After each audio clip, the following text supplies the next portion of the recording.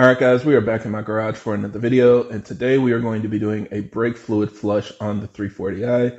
This is a really important maintenance item that you don't want to miss because our brake fluid is considered hygroscopic. And I was today years old when I learned it's hygroscopic, not hydroscopic. But regardless, hygroscopic means that our brake fluid has a tendency to absorb water. Now, when water is introduced into your brake system, it's not a good thing because it can cause a soft brake pedal, and overall it can just reduce your braking performance. So you really want to flush the system so that you can get fresh brake fluid in there so that you can have consistent brake fluid as your car, continues getting up higher in miles. Now, BMW recommends replacing it every 40,000 miles, so I think that's a good interval to stick with. Or you can actually find testers online where you basically just open up the cap on your reservoir and stick the tester in, and it'll tell you what the water content is in your brake fluid. And if it's above like 2% or so, then it'll flag it as something that needs to be replaced. So today we're going to make a quick DIY to show you guys how to do it in case you're interested, and hopefully you find this video useful.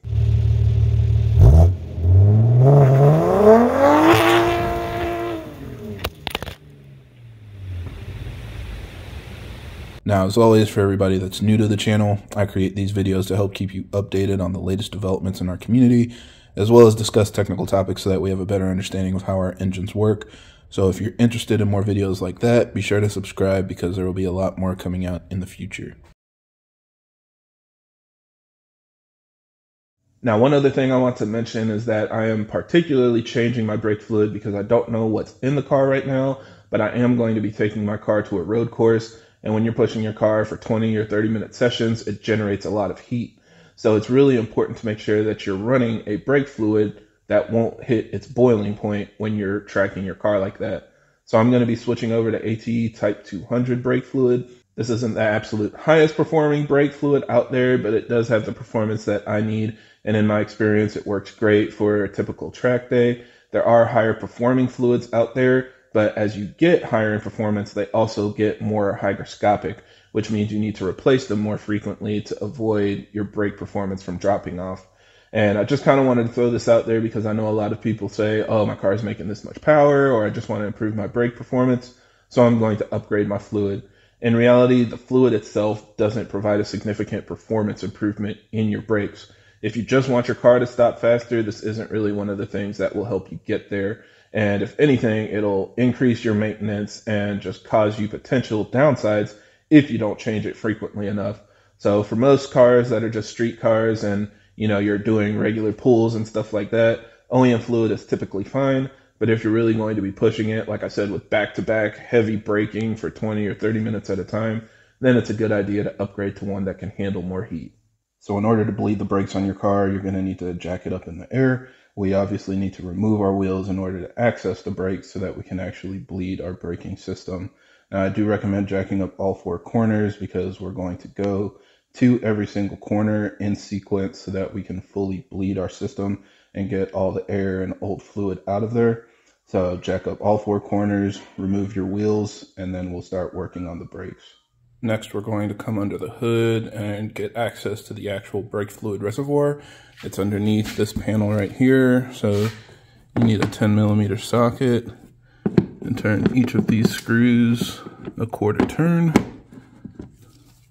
And you should be able to pull this out of the way. And then this is the brake fluid reservoir.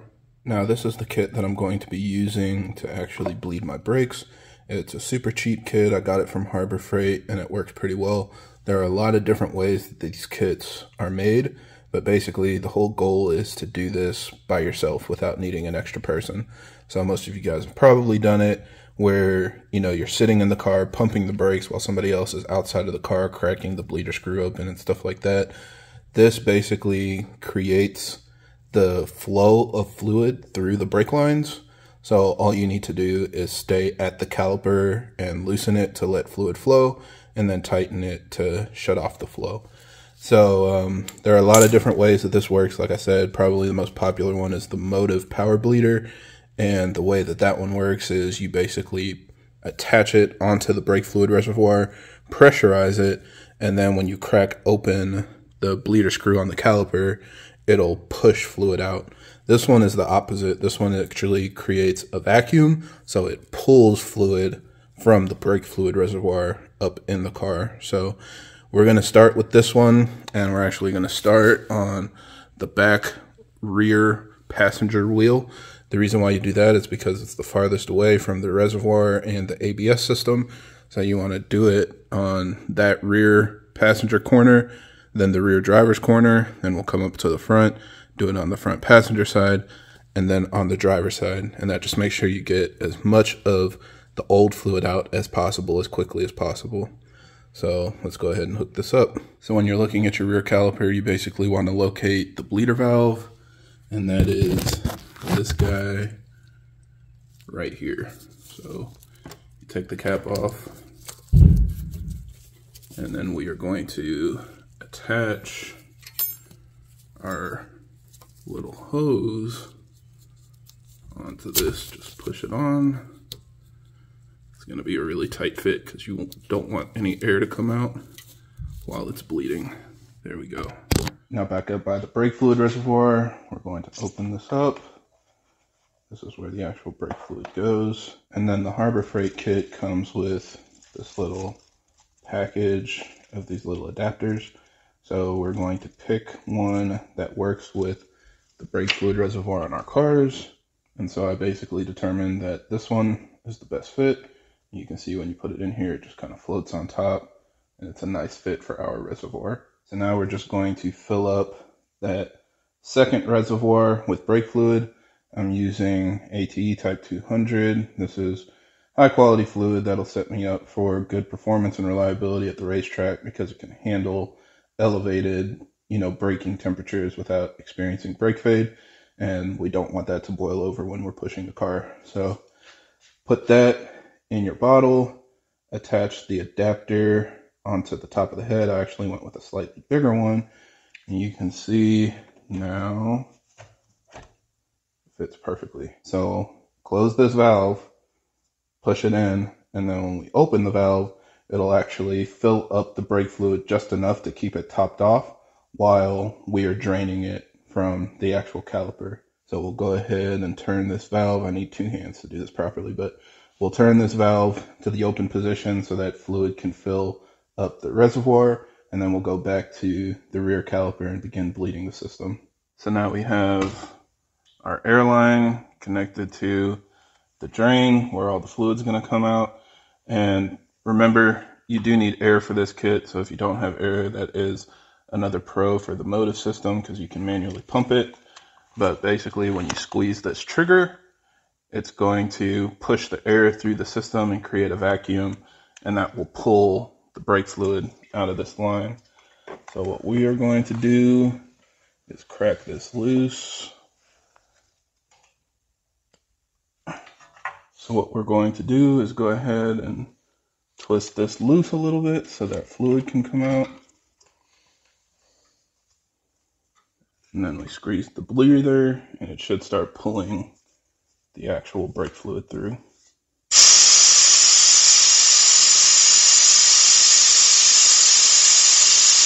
All right, so progress update. You can see the bottle is about halfway empty. I like to use about 40 to 50% of your brake fluid just on that passenger rear wheel because that's the one that's going to pull the brake fluid through the entire system. So it takes the longest to completely switch over to your new fluid, and it's going to take the most fluid. So all the other ones will take a lot less because now we're just doing the individual branches of the brake lines off to each of those calipers. Another thing, I removed this little screen that is in here because it was not allowing it to sit deep enough and actually drain the fluid or let the fluid fill up into the brake fluid reservoir. So what I recommend is just using a little pick tool and go in there and pick out the little screen if you're going to be using this kind of vacuum bleeder. And one other thing is because it pulls so much vacuum, it's going to pull some bubbles out. So you're going to see bubbles coming out all the time. So you can basically stop when you're done and just watch and make sure that the bubbles kind of gravity bleed, and you'll probably see a couple bubbles come out.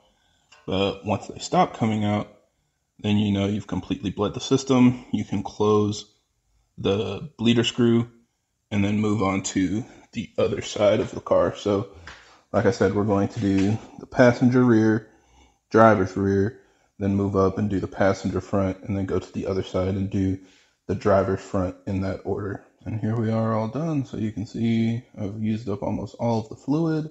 We went ahead and shut off the valve, and I've bled all four corners. Car is feeling good. You're going to get in the car and just pump the pedal a couple times to make sure that it feels strong and stiff.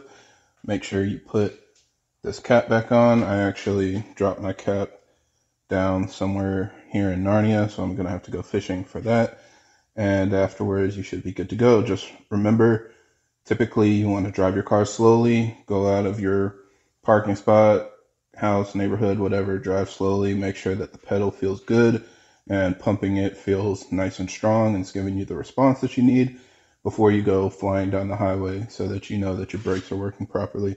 Also, I know there is like an ISTA process that manually pumps the ABS and gets all of these completely flushed out manually. You can do that as well. You know, I don't typically do it just because running it this way pumps it through the same brake lines anyway, but that is another way that you can kind of flush out this entire ABS system. So just keep that in mind. There are, test modules in ISTA that can manually pump the ABS module and get that flushed out as well. But yeah, that's pretty much it for this video. So thank you guys for watching, and I hope this helps. And if you have any other questions or comments, leave them down below.